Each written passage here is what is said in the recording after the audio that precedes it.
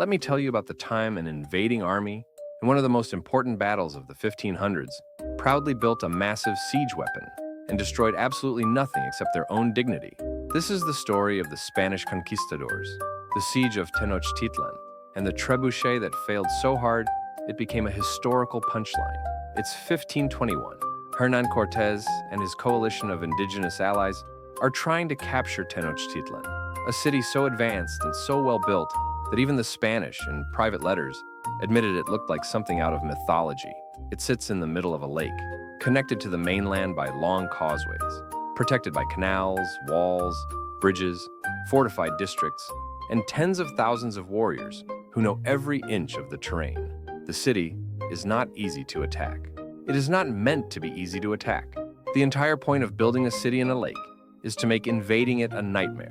And for the Spanish, it is exactly that. Day after day, they grind forward by inches. Every street is contested. Every canal crossing costs lives. Every neighborhood is a defensive labyrinth. Cortes needs something, anything, that makes the Aztec defenders hesitate. Something intimidating, something dramatic, something symbolic. And then someone suggests building a trebuchet. Trebuchets were once the superweapons of medieval Europe, massive wooden giants that hurled boulders at castles, walls, and armies with terrifying energy. But in 1521, they were outdated. Gunpowder weapons were already reshaping warfare. Spain, the country that brought cannons across the Atlantic, did not need a trebuchet. And yet someone said, why don't we build one? To be fair, the logic made emotional sense. A giant machine with a giant rock flying through the air sends a very clear message. But the practical issues were many. The Spanish had never built one in the New World. They lacked specialists. They lacked proper timber. They lacked time. They were literally standing in mud, on an island, surrounded by enemies. It is the siege equivalent of saying, we're losing badly. Quick, assemble the IKEA product none of us can read.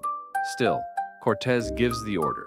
Whether out of desperation, bravado, or sheer willingness to try anything, he approves the plan, and construction begins. The Spanish soldiers start gathering wood, whatever they can chop, pull, or salvage under constant threat.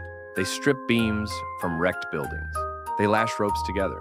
They attempt to reconstruct a complex medieval siege engine using memory, improvisation, and enthusiasm.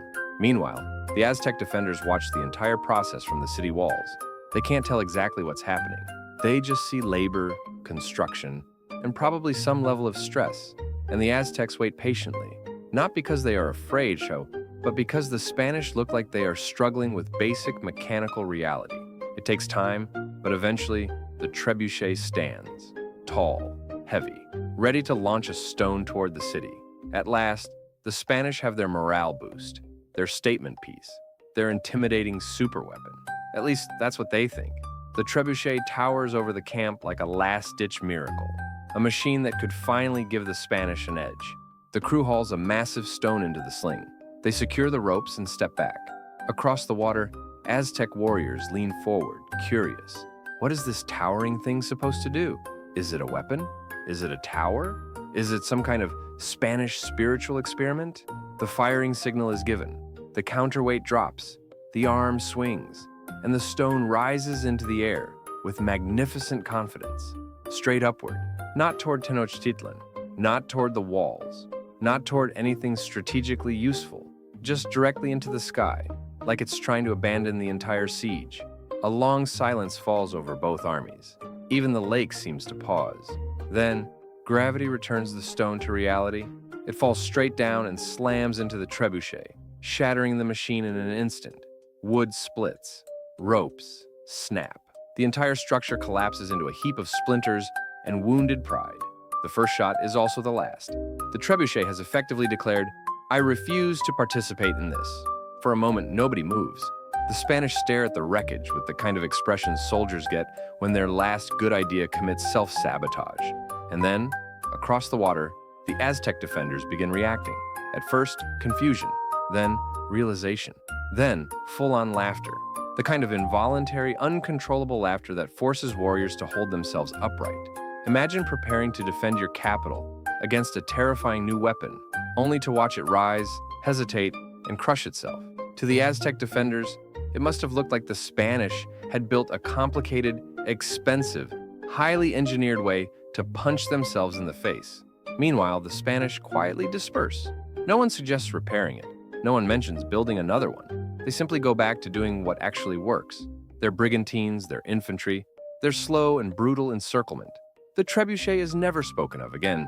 It's tempting to laugh at the incompetence, and honestly, most people would. But there is a deeper point here. The Spanish conquest of Mexico is often mythologized as a flawless campaign, driven by genius tactics or superior technology.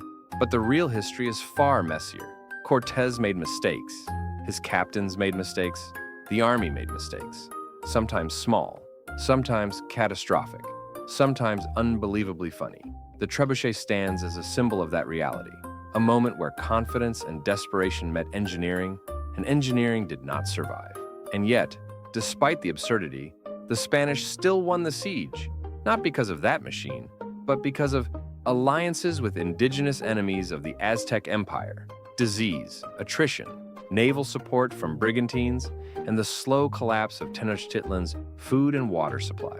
The trebuchet contributed nothing except comedy, and that is the true story of the weapon that promised devastation, delivered disappointment, and served as a reminder that even in the most dramatic moments of history, there's always room for one spectacular mistake. If you enjoyed this video, hit the subscribe button before someone puts you in charge of the siege equipment.